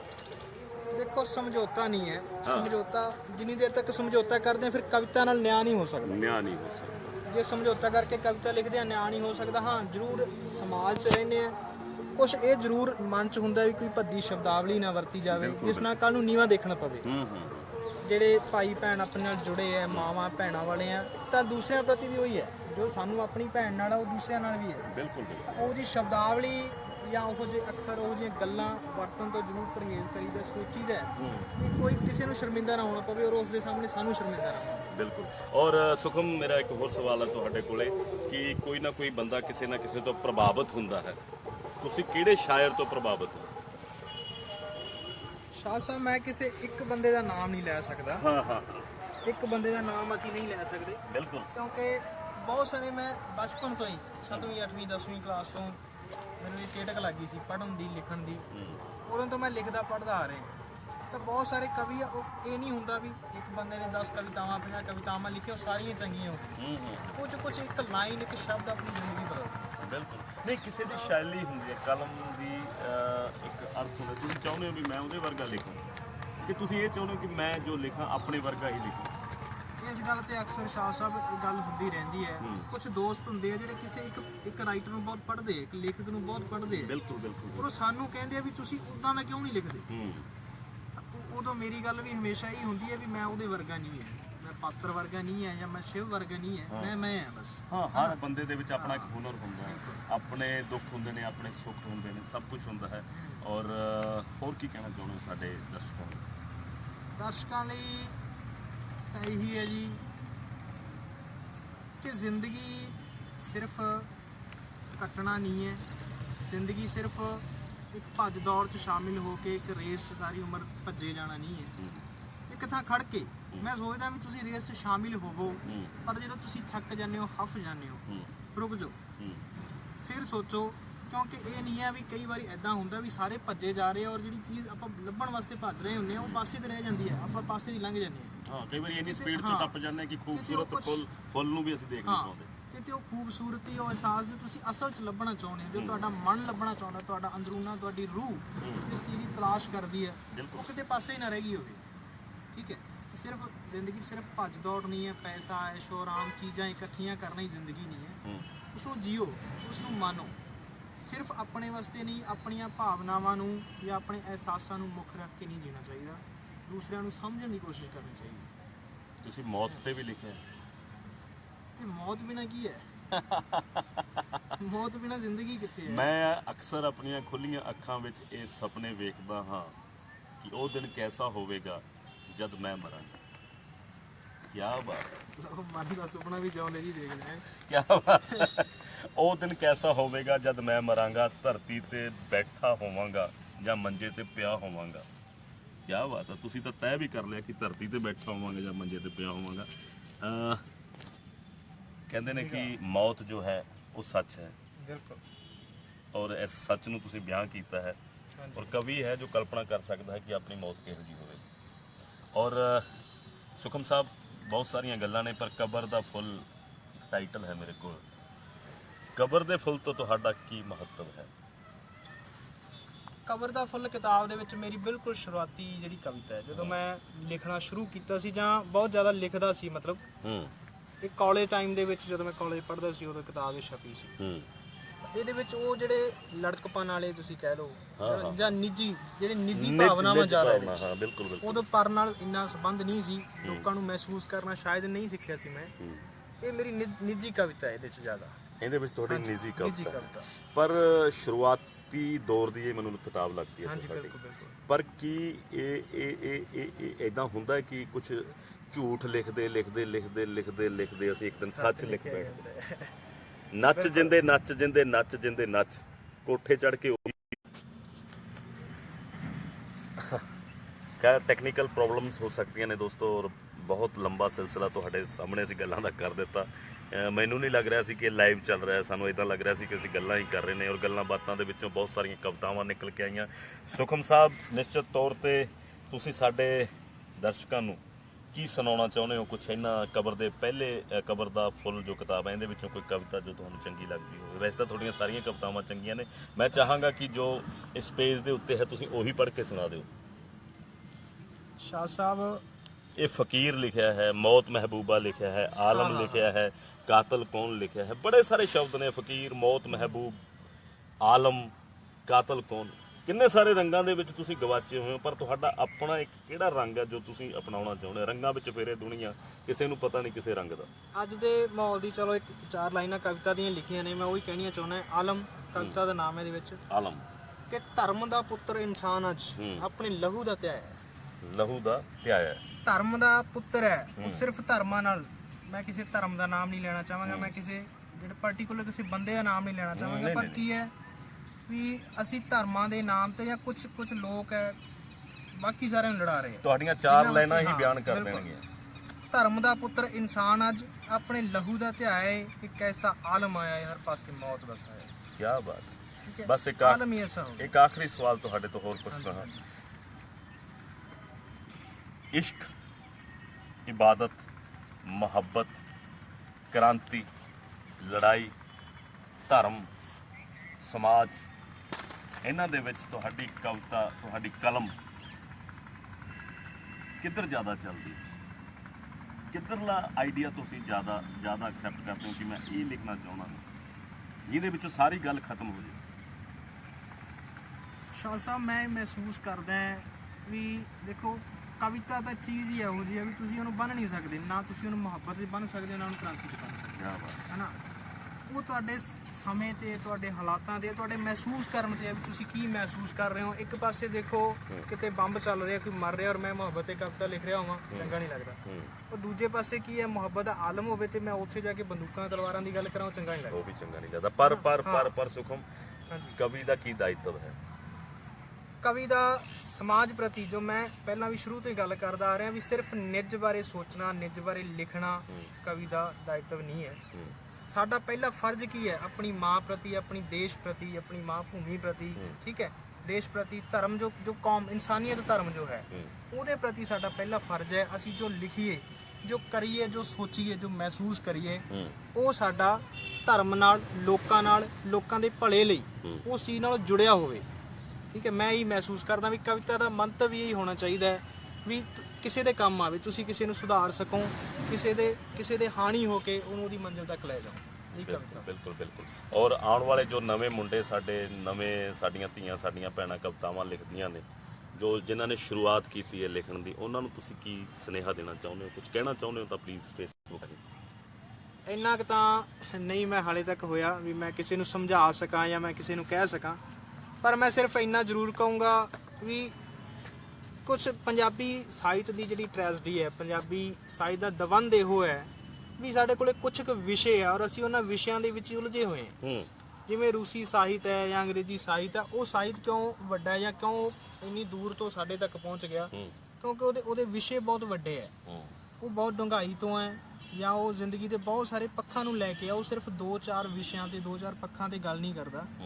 ਤਾਂ ਮੈਂ ਇਹੀ ਸੋਚਦਾ ਵੀ ਜ਼ਿਆਦਾ ਤੋਂ ਜ਼ਿਆਦਾ ਕਿਤਾਬਾਂ ਪੜ੍ਹੀਏ, ਆਪਣੇ ਜਿਹੜੇ ਵਿਸ਼ੇ ਹੈ ਉਹਨਾਂ ਨੂੰ ਵੱਡੇ ਕਰੀਏ, ਖੁੱਲ੍ਹ ਕੇ ਕਵਿਤਾ ਲਿਖੀ ਜਾ ਸਕੇ ਜਾਂ ਖੁੱਲ੍ਹ ਕੇ ਬੋਲਿਆ ਜਾ ਸਕੇ, ਉਹ ਉਸ ਤਰੀਕੇ ਦਾ ਲਿਖਿਆ ਜਾਵੇ।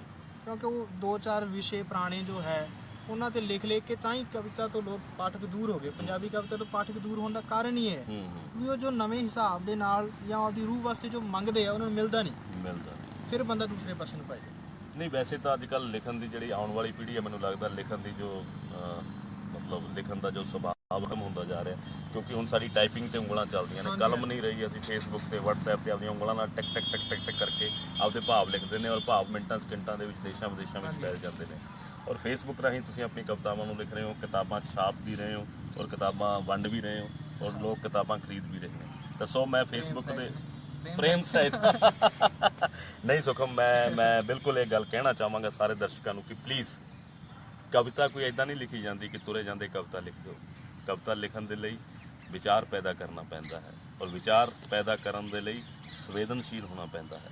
ਸੰਵੇਦਨਸ਼ੀਲ ਹੋਣ ਦੇ ਲਈ ਬਿਲਕੁਲ ਕਹੋ।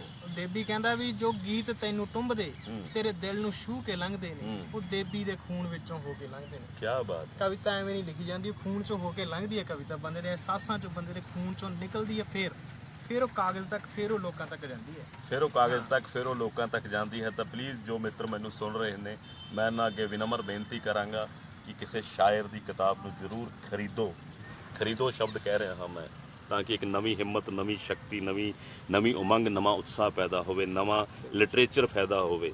ਔਰ ਕਵਿਤਾਵਾਂ ਨੂੰ, ਕਵਿਤਾ ਨੂੰ, ਕਿਤਾਬ ਨੂੰ, ਕਹਾਣੀਆਂ ਨੂੰ, ਗੀਤਾਂ ਨੂੰ, ਗਜ਼ਲਾਂ ਨੂੰ ਕਿਸੇ ਨੂੰ ਗਿਫਟ ਵੀ ਕਰੋ ਲੈ ਕੇ। ਔਰ ਕਿਤਾਬਾਂ ਦਾ ਸਫ਼ਰ ਇੱਦਾਂ ਹੀ ਚੱਲਦਾ ਰਹੇ। ਔਰ ਸੁਖਮ ਲਈ ਮੈਂ ਦੁਆ ਕਰਦਾ ਹਾਂ ਕਿ ਇਸ ਦੀ ਕਲਮ ਹਮੇਸ਼ਾ ਜ਼ਿੰਦਾਬਾਦ ਰਹੇ, ਆਬਾਦ ਰਹੇ, ਯਾਦ ਰਹੇ, ਹਰ ਪਲ ਸ਼ਾਦ ਰਹੇ, ਔਰ ਬਹੁਤ ਕੁਝ ਲਿਖਦਾ ਰਹੇ।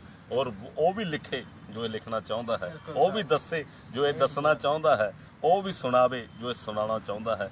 ਕਵੀ ਸੁਤੰਤਰ ਹੁੰਦਾ ਹੈ ਦੋਸਤੋ, ਔਰ ਕਵੀ ਹਮੇਸ਼ਾ ਆਜ਼ਾਦ ਰਹੇ, ਕਲਮ ਹਮੇਸ਼ਾ ਇਨਕਲਾਬ ਰਹੇ, ਔਰ ਜ਼ਿੰਦਗੀ ਦੇ ਵਿੱਚ ਸ਼ਬਦਾਂ ਦੇ ਸਹੀ ਅਰਥ ਤੁਹਾਡੇ ਤੱਕ ਪਹੁੰਚਣ, ਔਰ ਉਹਨਾਂ ਅਰਥਾਂ ਦੇ ਵਿੱਚ ਜੋ ਭਾਵ ਛੁਪਿਆ ਹੋਇਆ ਕਵੀ ਦਾ, ਉਸ ਭਾਵ ਨੂੰ ਵੀ ਆਪਾਂ ਸਮਝੀਏ, ਔਰ ਕਵਿਤਾ ਨੂੰ ਸਲਾਮ ਕਰੀਏ, ਗੀਤਾਂ ਨੂੰ ਸਲਾਮ ਕਰੀਏ। ਫੇਸ ਟੂ ਫੇਸ ਦੇ ਸਾਰੇ ਮਿੱਤਰਾਂ ਦਾ ਮੈਂ ਬਹੁਤ ਧੰਨਵਾਦ ਕਰਨਾ ਚਾਹੁੰਦਾ ਹਾਂ ਜਿਨ੍ਹਾਂ ਨੇ ਇੰਨਾ ਸਾਰਾ ਟਾਈਮ ਦਿੱਤਾ ਔਰ ਸਾਡੀਆਂ ਗੱਲਾਂ ਬਾਤਾਂ ਸੁਣੀਆਂ। ਸੁਖਮ ਜ਼ਿੰਦਾਬਾਦ, ਜ਼ਿੰਦਗੀ ਜ਼ਿੰਦਾਬਾਦ। ਸਾਰੇ ਦੋਸਤੋ, ਤੁਹਾਡੇ ਸਭ ਵਾਸਤੇ ਬਹੁਤ ਸਾਰੀਆਂ ਦੁਆਵਾਂ, ਬਹੁਤ ਸਾਰੀਆਂ ਅਸੀਸਾਂ। ਜਿਉਂਦੇ ਵਾਸਤੇ ਰਹੋ, ਜ਼ਿੰਦਗੀ ਜ਼ਿੰਦਾਬਾਦ। Okay Baba ji, thank you.